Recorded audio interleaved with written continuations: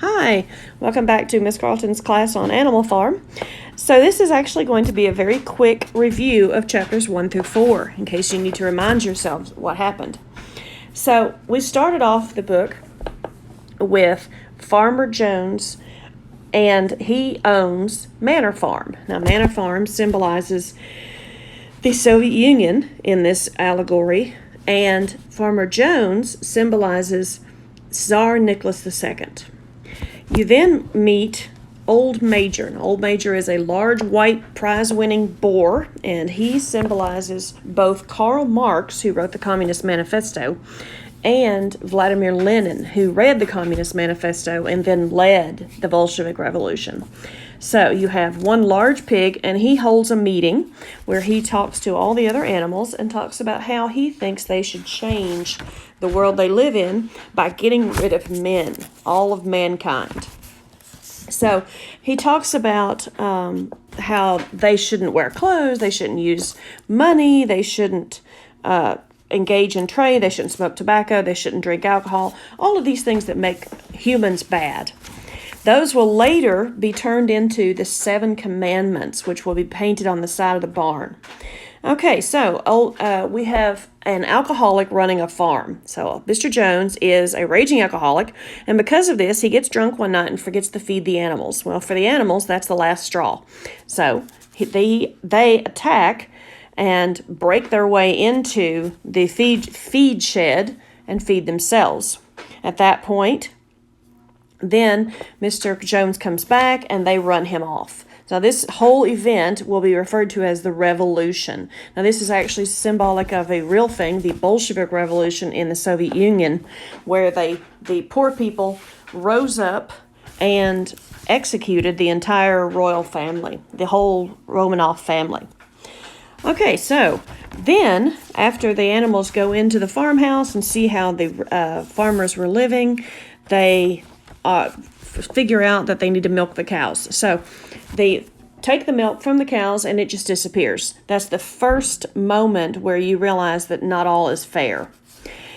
Moving into then chapter 3, Boxer, who is our workhorse, he symbolizes the Russian working class people. Anything that's going to get done gets done on their backs, on Boxer's back in the book.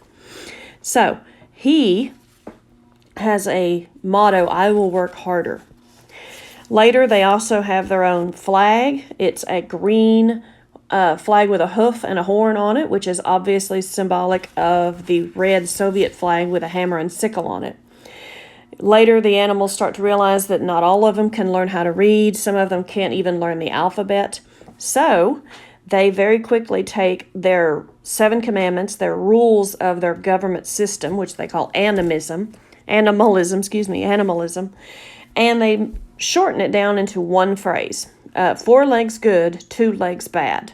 Now this is their maxim, their motto, and they'll be hanging on to this throughout the whole book. And the sheep are the biggest devotees of that phrase. They'll yell it, they'll cry it over and over and over and over again.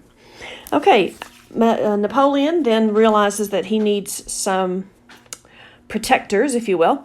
So one of the dogs has puppies. Napoleon then takes the puppies up into the barn, in the loft, the hay loft in the barn, and keeps them there to teach them secret things that he alone knows about. Okay, so 4 months pass by, and now Mr. Jones decides he wants to attack and try to take his farm back. While doing that, he enlists the help of Mr. Pilkington, who is symbolic of Winston Churchill from England, and Mr. Frederick from Pinchfield Farm, who symbolizes Adolf Hitler from Germany. Now they attack in what will be called the Battle of the Cowshed. Well, this cowshed, the Battle of the Cowshed, is also symbolic of a real war. It was symbolic of the Russian Civil War, where the Bolshevik Red Army fought against a bunch of people who had enough money to not be poor Bolsheviks.